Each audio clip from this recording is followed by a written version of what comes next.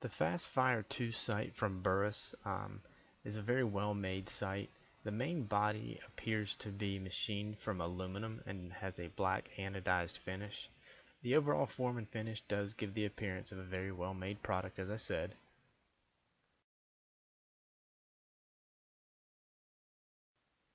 The FastFire 2 sight is measured 1.12 inches wide from the right side to the outside edge of the power switch that's on the left side. Okay, it's only 1 inch. The specifications do state that it's 1 inch from the just the basic body area from left to right. The length is measured 1.81 inches. That does match the specification exactly. The top of the sight has the elevation adjustment screw, as well as the 2 mounting holes to mount the sight to the mount adapter of your choice.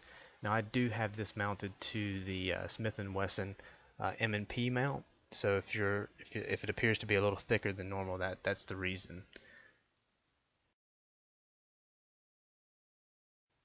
The height is measured at 0.93 inches without the gasket plate and the gasket. The left side of the sight contains the on-off switch along with the Burris name, logo, patent number, etc. On the right side you do have the windage adjustment screw along with the Burris name, logo, and serial number. The bottom of the sight body is open and you can normally see the battery compartment along with the adjustment and lock screws. Now, as I told you, I've already mounted my Smith & Wesson mount to this to kind of keep the battery in place as I go through this review.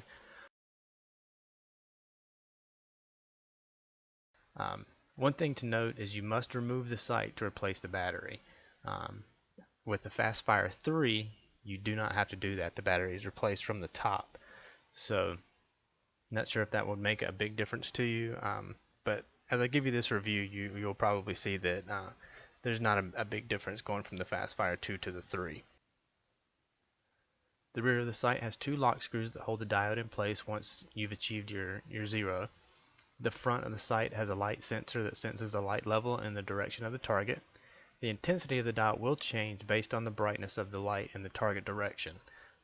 So per the owner's guide, the light emitting diode remains on even in the complete darkness, but uses such a small amount of energy that you can expect a service life of up to 4 years.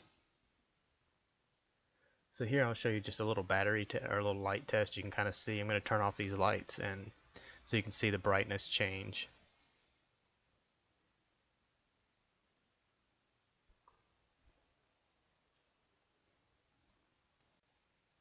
Now, I didn't actually run a battery test on the Burris FastFire only because I've only had it for about 2 weeks now. But I did read where another person had done a battery test, and this is what he had done. He took the sight into his office under a small light. The small light was always turned on. The sight he had ran continuous for 66 days or 1,583 hours, and it was still going strong when he decided to finally end the test. So that should tell you something about battery life. You know, really when you think about it, these CR 2032 batteries do last for a long time. A service life of 4 years is something that I would definitely expect out of this battery and this sight. From the front of the sight, you can see there's a special reflective coating that gives the lens an amber gold color.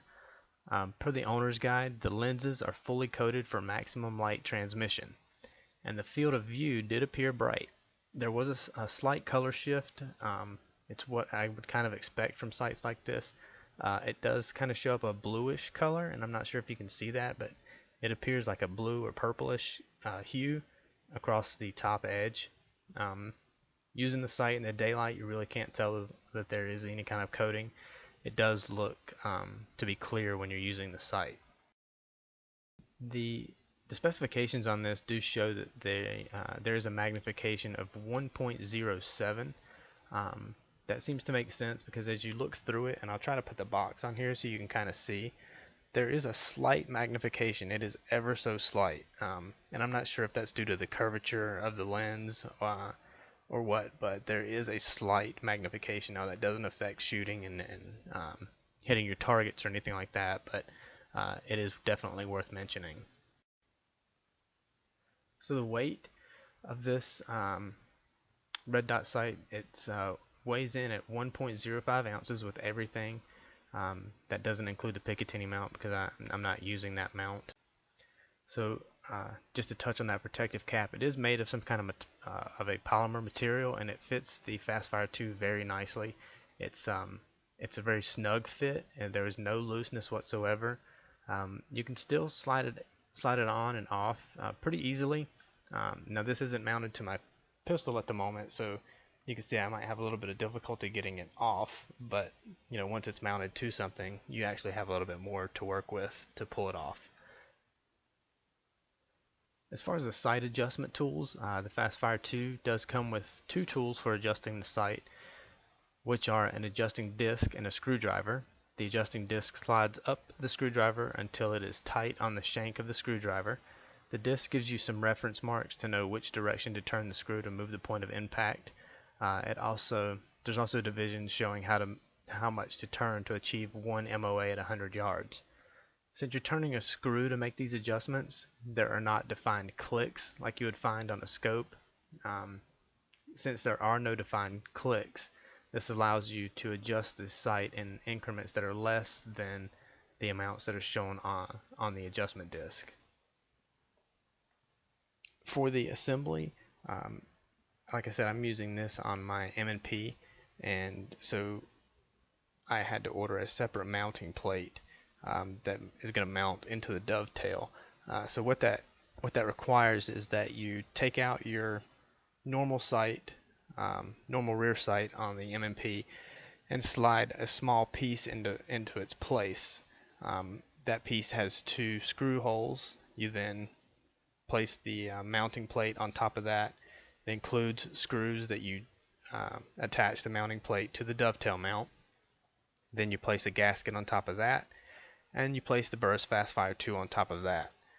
Then you can screw the FastFire directly to the mounting plate. It's very easy. The whole process, besides the removal of the original sight, rear sight, and replacing it with a dovetail, probably take you less than 2 minutes. So the photo below does do a pretty good job of showing the dot brightness intensity during normal lighting conditions. You can also see the slight bluish tint that I mentioned earlier when looking through the sight lens as compared to the outside area of the lens.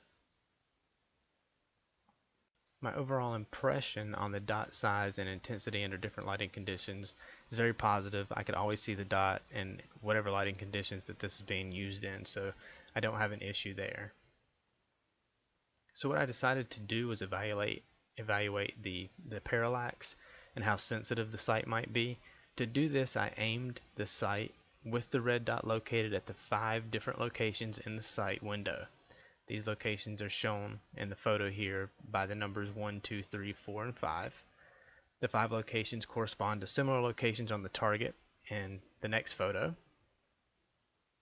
So I shot 5 groups at each of the 5 black dots on the target. The center group represents good alignment of the red dot with the center of the sight window, while the corner dots represent a significant amount of misalignment of the dot within the window.